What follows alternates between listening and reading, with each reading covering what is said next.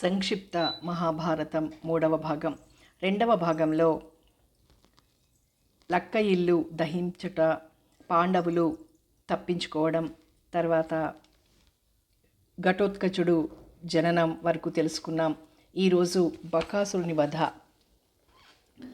ఇంతలో వ్యాస మహర్షి పాండవుల్ని చూడటానికి వచ్చి బంధు విరోధానికి శోకించవద్దని వారిని ఓదార్చి ఏకచక్రపురంలో బ్రాహ్మణ వేషాలతో కాలం గడపమని ఉపదేశించి వెళ్ళిపోయాడు.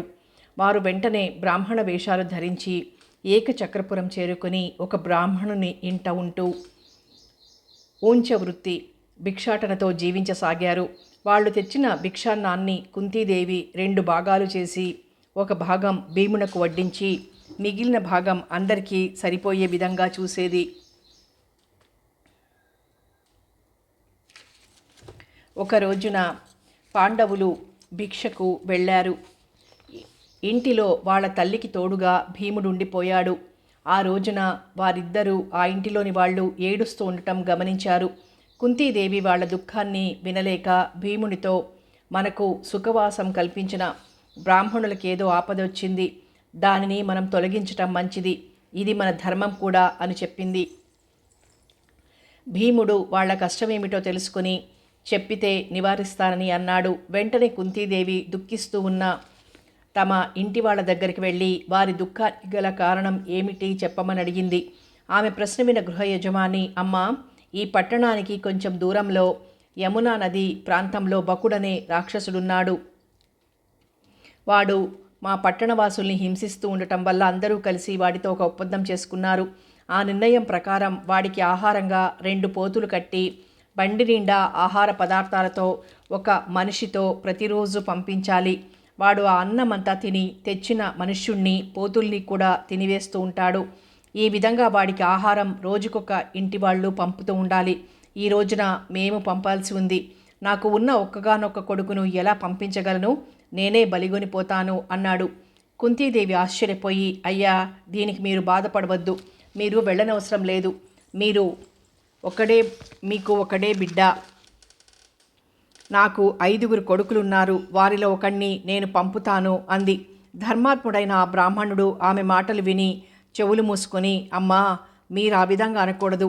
అతిథులుగా వచ్చిన బ్రాహ్మణ బిడ్డను చంపుటకు నా మనస్సాక్షి అంగీకరించదు, అది మహాపాపం అన్నాడు. కుంతి వానితో తాను విప్రవద సహించలేకయే తన కొడుకును సమర్పిస్తున్నాననియు, తన బిడ్డ బలవంతుడు, మంత్రసిద్ధి కలవాడు అయి ఉండటం వల్ల బకాసురుడు చంపలేడనియూ చెప్పి వారిని అంగీకరింపచేసింది. విషయమంతా భీమునకు చెప్పింది. ధర్మరాజు ఇంటికి వచ్చి పెండ్లికి పోతూ సంతోషంగా ఉన్న వాడి వలె ఉన్న భీముని చూసి అతడు బ్రాహ్మణార్థంగా పంపబోవటం విని మొదట ఆక్షేపించాడు. కుంతీదేవి బ్రాహ్మణుల ఆపద బాపటం క్షత్రియ ధర్మమని ధర్మరాజును సమాధానపరిచింది.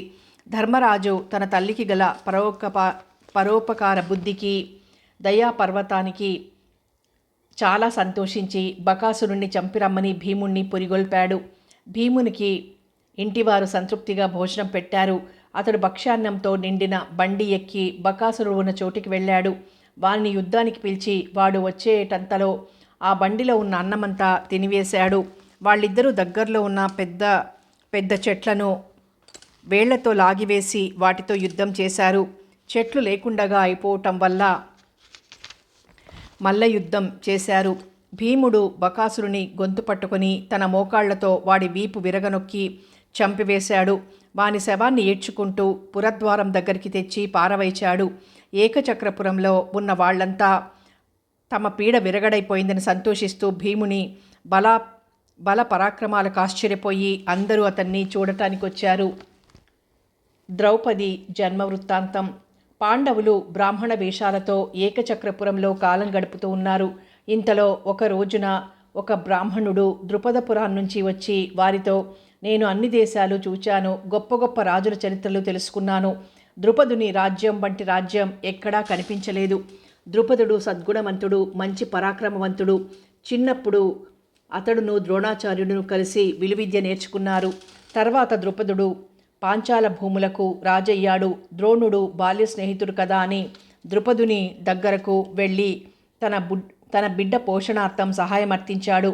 ద్రుపదుడు అధికార గర్వంతో పేద బ్రాహ్మణునికి నాకు బాల్య స్నేహం ఏమిటి అని అవమానించి పంపించాడు. ఆ అవమానాన్ని సహించి ద్రోణుడు హస్తినాపురం చేరుకున్నాడు. అక్కడ తన నేర్పు వల్ల కౌరవ పాండవులకు ధనువిద్య నేర్పించాడు, ఆచార్యుడయ్యాడు. వారందరికీ విలువిద్యలో మంచి నేర్పు కలిగించిన తరువాత తనకు గురుదక్షిణగా ద్రుపదుణ్ణి బంధించి తీసుకుని రమ్మని అడిగాడు. అందరూ ప్రయత్నించారు, కానీ ద్రుపదుని బాణ పరంపరలకు తట్టుకోలేకపోయారు. అప్పుడు అర్జునుడు ద్రుపదుని సేనల్ని ఓడించి ఆ రాజును బంధించి తెచ్చి గురుదక్షిణగా ద్రోణుని ముందరుంచాడు. ద్రోణాచార్యుల వారు అర్జునుని శౌర్యాన్ని మెచ్చుకున్నాడు. ద్రుపదుణ్ణి చూచి ఇప్పుడైనా నేనెవరినో గుర్తొచ్చిందా అని అడిగి వదిలిపెట్టాడు. ద్రుపదుడు ఆ అవమానాన్ని తలుచుకుంటూ తన రాజ్యం చేరుకున్నాడు. యుద్ధంలో ద్రోణుని చంపగల కుమారుణ్ణి, తన్ను బంధించిన అర్జునునికి భార్య కాదగిన కూతుర్ని పొందాలని సంకల్పించి పుత్రకామేష్టి అనే యజ్ఞాన్ని నిర్వహించాడు. ఆ యజ్ఞపు గుండంలో దృష్టద్యుమ్నుడనే కొడుకు, కృష్ణ అనే కూతురు పుట్టారు. ద్రుపదుడు ఆనందించి ఆ బిడ్డల్ని తీసుకుని భూరి దానాలు చేశాడు. ఆ విధంగా అయోనిజగా పుట్టిన ద్రౌపది యుక్త వయస్కురాలైంది. పాండవులు లక్క ఇంటిలో చనిపోయారని విన్న ద్రుపదుడు అర్జునునకు తన కుమార్తెనిచ్చి పెళ్లి చేయలేకపోయాను కదా అని దుఃఖించాడు. అతని పురోహితుడు పాండవులు చావక క్షేమంగానే ఉన్నారని చెప్పి ద్రౌపదికి స్వయంవరం చాటించమని సలహా ఇచ్చాడు. ద్రుపదుడు ఒక మత్స్యయంత్రాన్ని నిర్మింపజేసి మత్స్యయంత్రాన్ని కొట్టిన వానికి తన కూతురైన కృష్ణ ద్రౌపదినిచ్చి వివాహం చేస్తానని చాటింపేశాడు. ఆ మత్స్యయంత్రాన్ని అర్జునుడు తప్ప ఇతరులెవ్వరూ ముట్టజాలరని ద్రుపదుని ఆత్మవిశ్వాసమని చెప్పాడు. పాండవులు ఇదంతా విని స్వయంవరానికి వెళ్లాలని నిశ్చయించుకొని తమ తల్లిని వెంటబెట్టుకుని బయలుదేరారు. ద్రౌపది స్వయంవరానికి వెళ్తూ ఉన్న బ్రాహ్మణులతో కలిసి పాండవులు బయలుదేరారు. త్రోవలో ధౌమ్యుడు అనే ఉత్తమ బ్రాహ్మణుణ్ణి తమకు పురోహితునిగా చేసుకుని ద్రుపదపురం చేరుకున్నారు.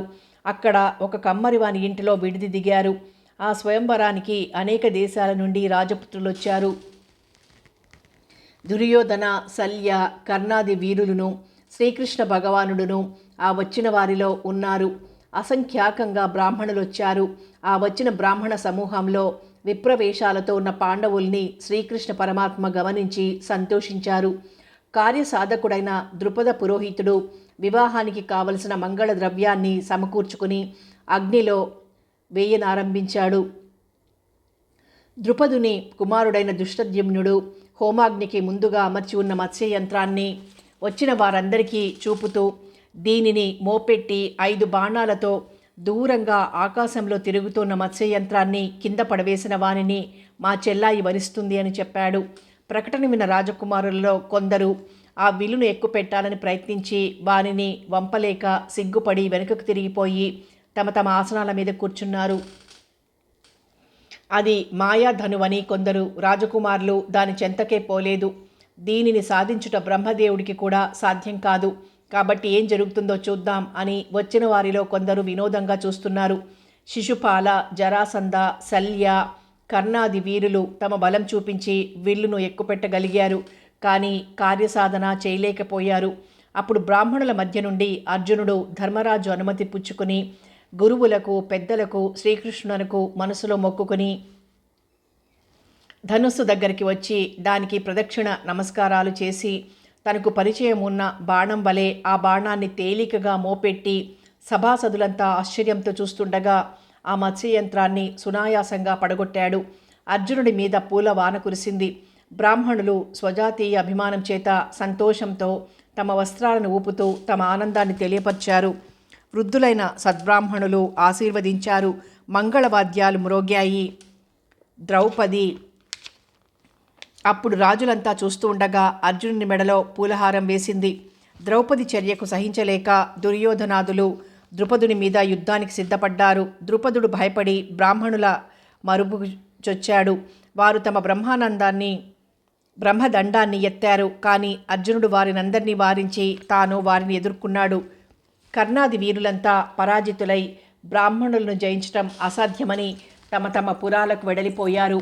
భీమార్జునులు ద్రౌపదిని వెంటబెట్టుకుని ఇంటికి వచ్చి, అమ్మా, మేమొక భిక్షను తెచ్చాం అని చెప్పారు. తెచ్చిన దానిని 5గురు ఉపయోగించుకోండి అని కుంతీదేవి పాండవుల వెనక మన్మథ రాజ్యలక్ష్మిలా ఉన్న ద్రౌపదిని చూసి సిగ్గుపడి తన తొందరపాటుకు బాధపడింది. ధర్మరాజు తల్లిని ఓదార్చి అర్జునుడు తెచ్చిన కన్యను అతడే పెళ్లి చేసుకుంటాడని అన్నాడు. అన్నకు పెళ్లి కాకుండా తమ్ముడు పెళ్లి చేసుకోవడం ధర్మం కాదని అర్జునుడు అన్నాడు. ఈ విధంగా ద్రౌపదిని ఎవరు వివాహం చేసుకోవాలి అనే విషయం మీద పాండవులు ఆలోచనలో పడ్డారు. బ్రహ్మదేవుడు ఆమెను ఈ 5గురి కొరకు సృష్టించి ఉండటం వల్ల వారందరికీ ఆమెను పెళ్లి చేసుకోవాలనే ఆశ కలిగింది. దానిని గ్రహించిన ధర్మరాజు తల్లి అన్నమాటలు స్మరణకు తెచ్చుకొని అమ్మ చెప్పిన విధంగానే 5గురం పెళ్లి చేసుకుంటాం అన్నాడు. ద్రుపదుడు తన కుమార్తెను తీసుకుని వెళ్ళినవాడు ఏ కులంవాడో ఏమిటో అని అనుమానించి తన పురోహితుణ్ణి పంపి వాని వల్ల విషయాన్ని గ్రహించి పాండవుల్ని తీసుకుని రావటానికి రాజులకు యోగ్యులైన మంచి రథాలను పంపించాడు. వారు ఆ రథాలెక్కి కుంతి ద్రౌపదులతో ద్రుపద మహారాజు కోటకు చేరుకున్నారు.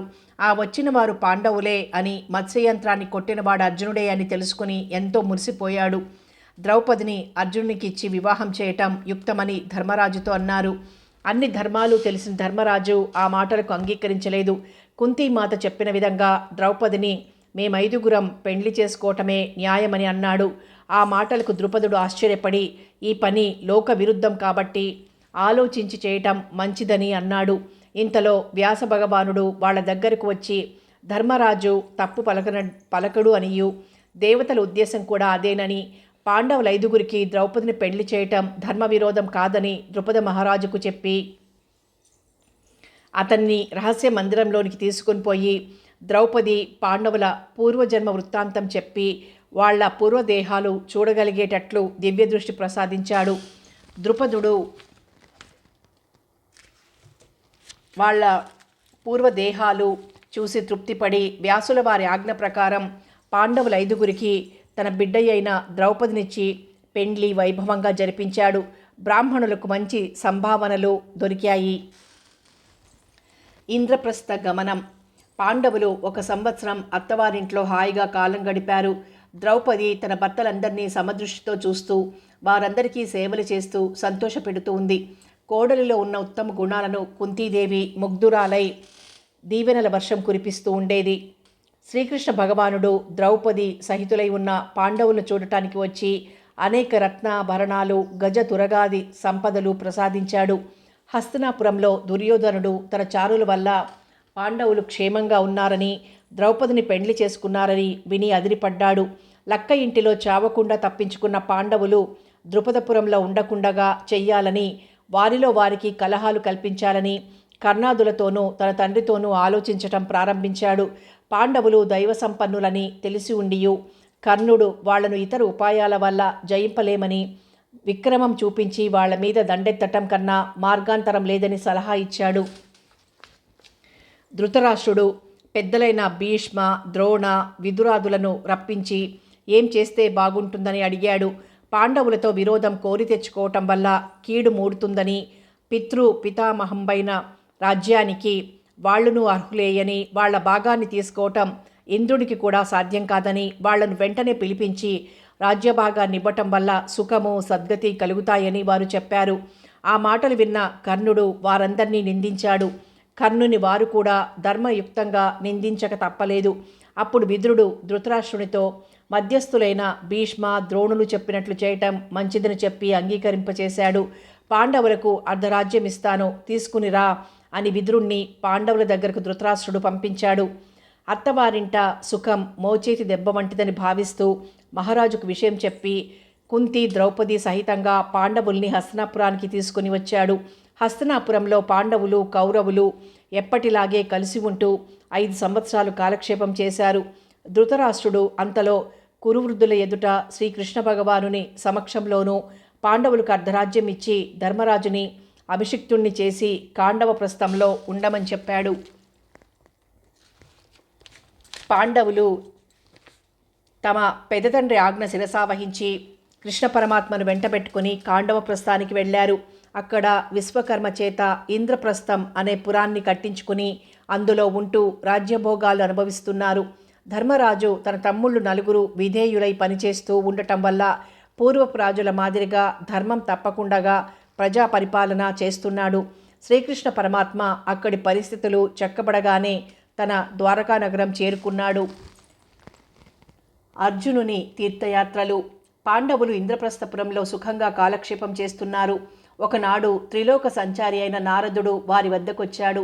వారు చేసిన పూజలకు సంతోషించి, మీ అన్నదమ్ములలో ఉన్న పరస్పర ప్రేమ, మీలో ఉన్న న్యాయ ధర్మాలు నాకు ఎంతగానో ఆనందం కలిగించాయి. అయితే విధివశం వల్ల మీ 5గురకు ద్రౌపది భార్య అయింది. ఇది లోకాచారానికి విరుద్ధంగా ఉంది. ఆమె వల్ల మీలో మీకు అభిప్రాయ భేదాలు వచ్చే అవకాశం ఉంది. పగ అనే చెట్టు ఆడవాళ్ల మూలంగానే పుట్టి పెరుగుతుందనే విషయం మీకు తెలియంది కాదు. పూర్వం సుందోపసుందులు అనే 2 రాక్షసులు ఎంతో అన్యోన్యంగా ఉండేవాళ్ళు. ఆ అన్నదమ్ములిద్దరూ తిలోత్తమ అనే యువతిని పెండ్లాడాలని పోటీపడి ఒకళ్లతో ఒకళ్ళు పోట్లాడుకుని ఒకళ్ళనొకళ్ళు పొడుచుకుని చనిపోయారు.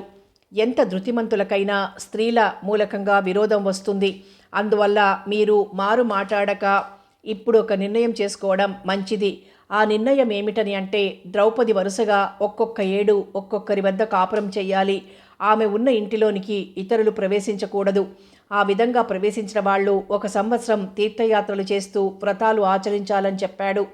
పాండవులు దానికి అంగీకరించి ఆ ప్రకారమే నడుచుకుంటున్నారు. ఒక రోజున బ్రాహ్మణుడొకడు తన హోమధేనువును దొంగలు ఎత్తుకుని పోతున్నారు. రక్షించమని అర్జునుణ్ణి వేడుకున్నాడు. బ్రాహ్మణ కార్యం విషయంలో ఆలస్యం చేయకూడదని అర్జునుడు అనుకున్నాడు. ఆ సమయంలో ద్రౌపదితో ధర్మరాజు ఉన్న ఇంటిలో ఆయుధాలు ఉండటం వల్ల వెనుక ముందు ఆలోచించకుండగా వాళ్ళున్న గదిలోనికి పోయి తన ఆయుధాన్ని తీసుకుని పోయి దొంగల్ని చంపి ఆవును బ్రాహ్మణునకు అందజేశాడు. తర్వాత కోటకు వచ్చి ధర్మరాజుకు నమస్కరించి తాను నియమ విరుద్ధంగా వారున్న గదిలోకి ప్రవేశించినందుకు తీర్థయాత్రలు చేసి రావటానికి అనుమతి ఇమ్మని కోరుకున్నాడు. ధర్మరాజు గోబ్రాహ్మణుల బాధ తొలగించుటకై చేసిన పనులలో పాపం రాదని, అందువల్ల సమయ ఉల్లంఘన ప్రాయశ్చిత్తం అవసరం లేనిదని చెప్పినప్పటికీ వినక ప్రజలలో అపవాదు వస్తుందని నచ్చజెప్పి అనుమతి తీసుకుని యాత్రార్థి అయి బయలుదేరాడు. అర్జునునితో చాలామంది బ్రాహ్మణోత్తములు కూడా బయలుదేరారు. అర్జునుడు పుణ్యతీర్థాలలో స్నానాలు చేస్తూ పుణ్య కథలు వింటూ పుణ్య ప్రదేశాలలో బ్రాహ్మణులకు దానాలు చేస్తూ గంగా నదీ తీరానికి చేరుకున్నాడు. అక్కడ కొన్ని నాళ్లు ఉన్నారు. అప్పుడు నాగకన్య అయిన ఉలూచి అర్జునుని సుందర మోహన రూపానికి ఆశ్చర్యపడి అతనిపై మరులు కొని నాగలోకం తీసుకుని పోయింది. అక్కడ అర్జునుని వల్ల ఆమెకు ఇరావంతుడు అనే కొడుకు పుట్టాడు. తర్వాత ఆమె అర్జునుణ్ణి గంగాద్వారం దగ్గరకు పంపివేసింది. అక్కడి నుంచి అర్జునుడు హిమాలయాలలో ఉన్న పుణ్యతీర్థాలు దర్శించి తూర్పుగా వచ్చి గంగాసాగర సంగమంలో గ్రుంకులిడి కళింగ దేశం దాటి దక్షిణ గంగ అయిన గోదావరిలోనూ కృష్ణ, కావేరి మొదలైన పుణ్య నదులలోనూ స్నానాలు చేసి ధన్యుడయ్యాడు. ఇంతలో సంవత్సరం గడిచిపోయింది. అప్పుడు అర్జునుడు దక్షిణ సముద్ర తీరంలో ఉన్న మణిపురానికి పోయి దానికి రాజైన చిత్రవాహనుణ్ణి చూచి అతని కూతురైన చిత్రాంగదను పెళ్లి చేసుకున్నాడు. అక్కడికి దగ్గరలో ఉన్న సౌభద్ర, పౌలోమాది పంచతీర్థాలను సేవించాడు. వాటిలో వర్గా ప్రముఖ పంచ అప్సరలు శాపం వల్ల మొసళ్ళుగా ఉన్నారు. అర్జునుడి వల్ల వాళ్లకు శాప విమోచనం కలిగింది. వాళ్ల దీవెనలతో మణిపురానికి తిరిగొచ్చాడు. చిత్రాంగదకు బభ్రువాహనుడు అనే కొడుకు పుట్టాడు. అర్జునుడు తన కొడుకైన బభ్రువాహనుణ్ణి తన మామగారికి దత్తత చేసి అక్కడి నుండి బయలుదేరి పడమటి తీరంలో ఉన్న ప్రభాస తీర్థం సేవించి కృష్ణ పరమాత్మను దర్శించాలనే కుతూహలంతో సన్యాసి వేషం వేసుకుని ద్వారకాపురం చేరుకున్నాడు. అర్జునుడు కృష్ణ పరమాత్మకు నమస్కరించి తాను 12 మాసిక వ్రతం చేయటానికి గల కారణం చెప్పాడు. దానికి కృష్ణుడు ఆనందించాడు. ఆ కపట సన్యాసి సేవలు చేయటం కొరకు తన చెల్లెలైన సుభద్రను వినియోగించాడు. సుభద్ర, అర్జునులు ఒండురులు ప్రేమించుకొని ఉన్నారని, వాళ్ల పెండ్లి జరిపించటానికి దేవకి, వసుదేవ, ప్రద్యుమ్న, సాత్యకి ప్రభృతులకు ఇష్టమే అయి ఉండటం వల్ల ఆ విధంగా వినియోగించాడు. బలరామునికి తెలియకుండా వాళ్ళిద్దరికీ పెండ్లి జరిపించాడు. వివాహానంతరం కృష్ణ భగవానుని అనుమతి తీసుకుని సుభద్రను వెంటబెట్టుకొని ఇంద్రప్రస్థపురం వెళ్లాలని అర్జునుడు అనుకున్నాడు. అంతకుముందు శివుని పూజ చేయుట కొరకు అంతర్ద్వీపం వెళ్ళిన బలరామాదులకు సుభద్రా కళ్యాణం గురించి వినవచ్చింది. వెంటనే వాళ్లంతా కోపంతో యుద్ధానికి వచ్చారు.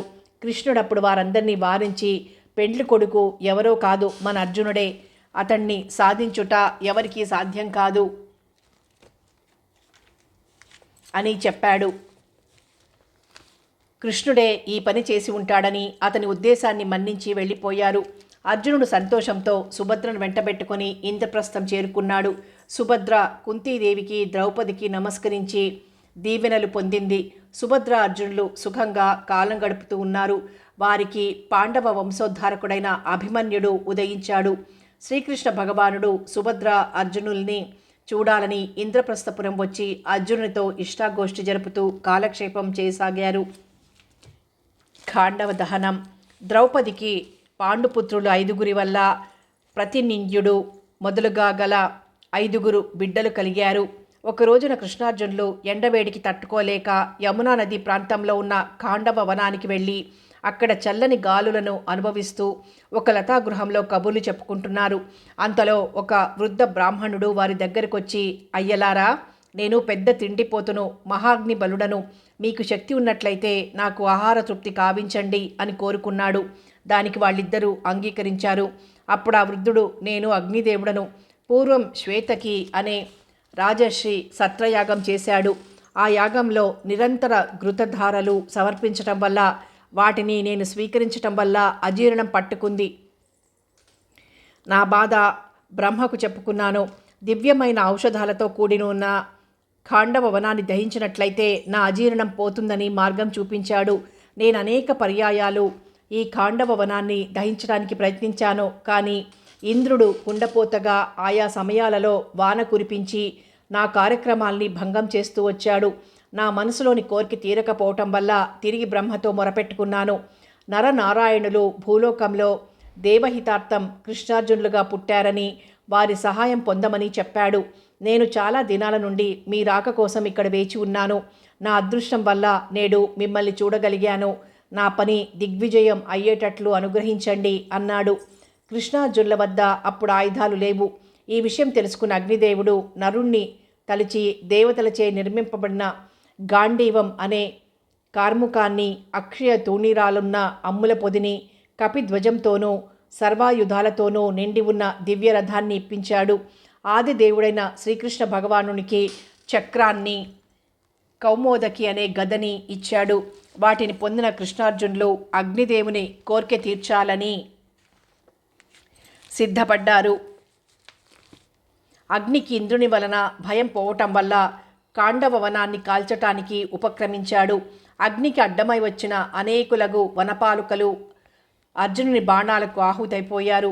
అగ్నిదేవుడు ఆ వనంలో ఉన్న వృక్ష, లతా, గుల్మాల్ని, మృగ, పక్షి, భుజంగాది భూతాల్ని తన జ్వాలలతో నాశనం చేసి తన ఆకలి తీర్చుకోసాగాడు.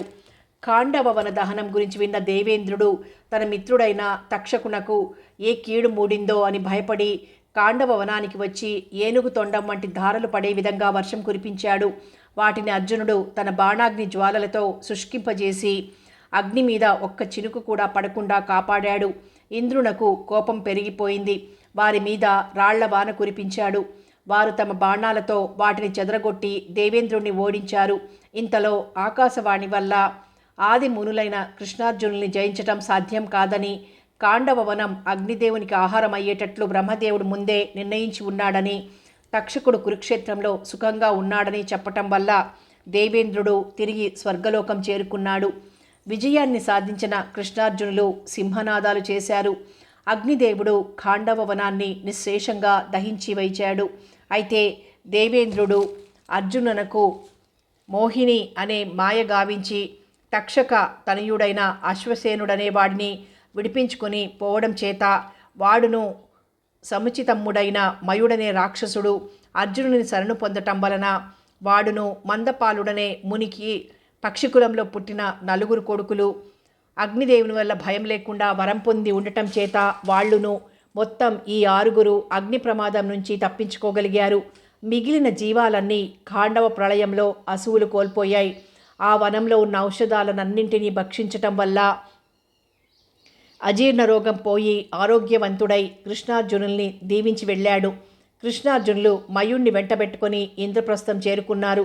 ధర్మరాజుకు వారు మొక్కి కాండవ దహన విధానమంతా వివరించి మయుని ధర్మరాజుకు చూపించి సుఖంగా కాలం గడుపుతూ ఉన్నారు. ఆది పర్వం సమాప్తం. ఈరోజు ఎపిసోడ్తో ఆది పర్వం సమాప్తం. రేపు మరో ఎపిసోడ్లో మళ్ళీ కలుసుకుందాం.